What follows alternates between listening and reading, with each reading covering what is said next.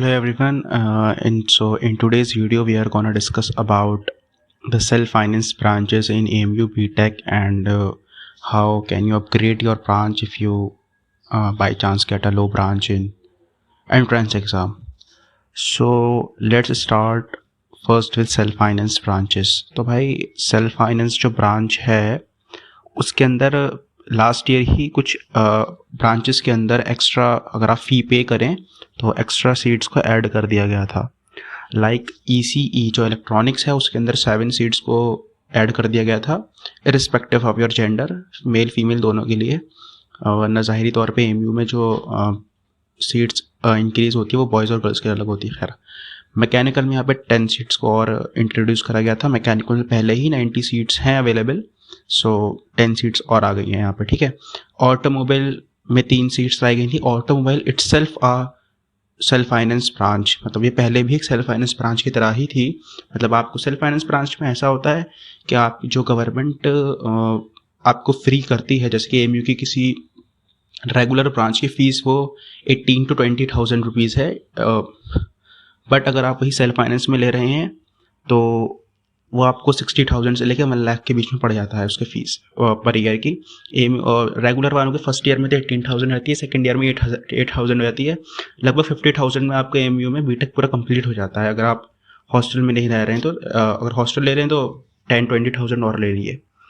तो सिविल में आपकी 8 हुई हैं, केमिकल में आपकी 5 सीट्स ऐड हुई हैं, पेट्रो में 5, फूड टेक में 4। ठीक है, food tech itself also self finance branch. Electrical में आपके यहाँ पे सेल्फ फाइनेंस ब्रांच इंट्रोड्यूस नहीं हुई थी। तो सेल्फ फाइनेंस ब्रांच लेने के लिए क्या करना होगा? सेल्फ फाइनेंस ब्रांच आपको अगर चाहिए तो आपकी सबसे पहले तो सिलेक्टेड लिस्ट में या तो चांस मेमो लिस्ट में या फिर एक आती है स्पेशल लिस्ट, स्पेशल कैंडिडेट की लिस्ट जो आती है जिसमें आपके कोटा वगैरह आते हैं, उसमें आपका नाम इंपॉर्टेंट है होना। अगर नहीं है आपका नाम तो आपको सेल्फ फाइनेंस ब्रांच नहीं मिलेगी। ECE को लेने के लिए आपके रैंक अच्छी होनी चाहिए।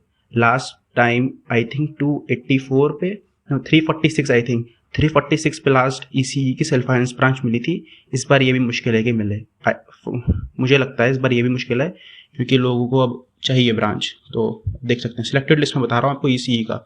मैकेनिकल तो आपको आई थिंक के 342 तक आई थिंक मिल गई थी अगर मैकेनिकल आपके SFS वाली चाहिए थी तो। ठीक है, वगैरह फूड टेक तो बहुत आगे तक गई थी। फूड टेक तो मेरी जाती है लास्ट मेरे ख्याल में 500 तक तो मैंने खुद देखी थी लास्ट ईयर। अच्छा, अब कुछ ब्रांच ऐसी हैं जो इंट्रोड्यूस ही सेल्फ फाइनेंस के तौर पे करी गई थी, तो जैसे कि AI और लास्ट ईयर VLSI करी गई है।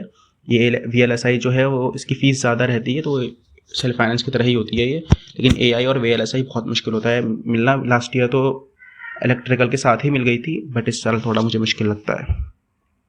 और फूड टेक तो खैर आपको बताइए। अच्छा, अब ये आता है कि अगर हमें कोई लो ब्रांच मिल गई है, मान लीजिए अगर आपको लगती है लो ब्रांच, वैसे कोई लो ब्रांच नहीं होती है।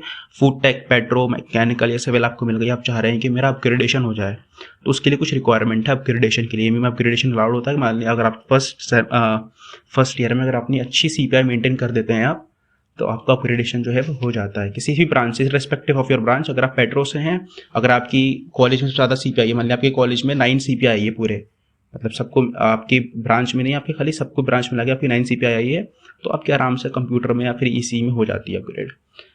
तो कुछ रिक्वायरमेंट है कि CPI जो है आपकी 7.5 से ज़्यादा होनी चाहिए। अगर 7.5 से कम है तो आपका अपग्रेडेशन नहीं होगा। ठीक है, बैकलॉग नहीं होना चाहिए आपका एक भी, बैक मतलब किसी भी सेमेस्टर में नहीं होनी चाहिए, या फिर 2 सेमेस्टर होते हैं किसी सब्जेक्ट में नहीं होनी चाहिए।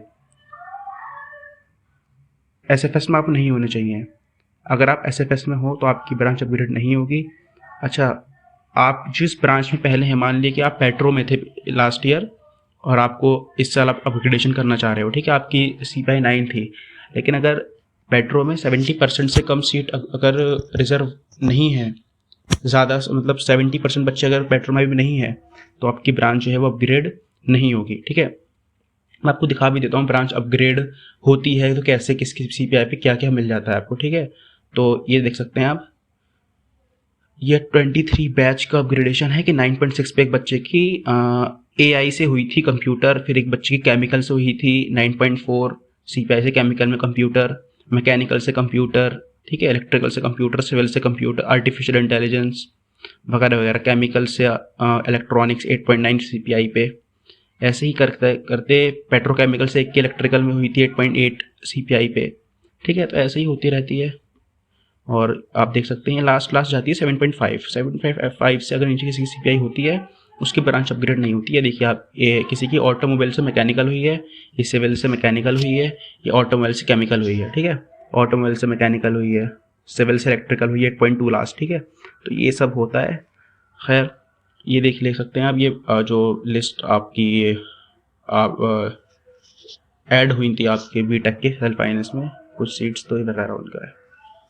तो इसके अलावा अगर आपको और कोई बात जाननी हो तो प्लीज़ कमेंट करिएगा। आपको पता ही है मैं हर किसी के कमेंट का जवाब दे रहा हूँ, क्योंकि मैं कोई कोचिंग वाला नहीं हूँ, जस्ट आपका सीनियर हूँ। जस्ट थोड़ी बातें पता हैं, क्योंकि मुझे याद है जब मेरे एडमिशन करने टाइम तब बहुत प्रॉब्लम हुई थी, तो वो प्रॉब्लम आपको ना हो इसलिए बस मैं वीडियो बनाता हूँ। Thank you and please subscribe for more videos like this.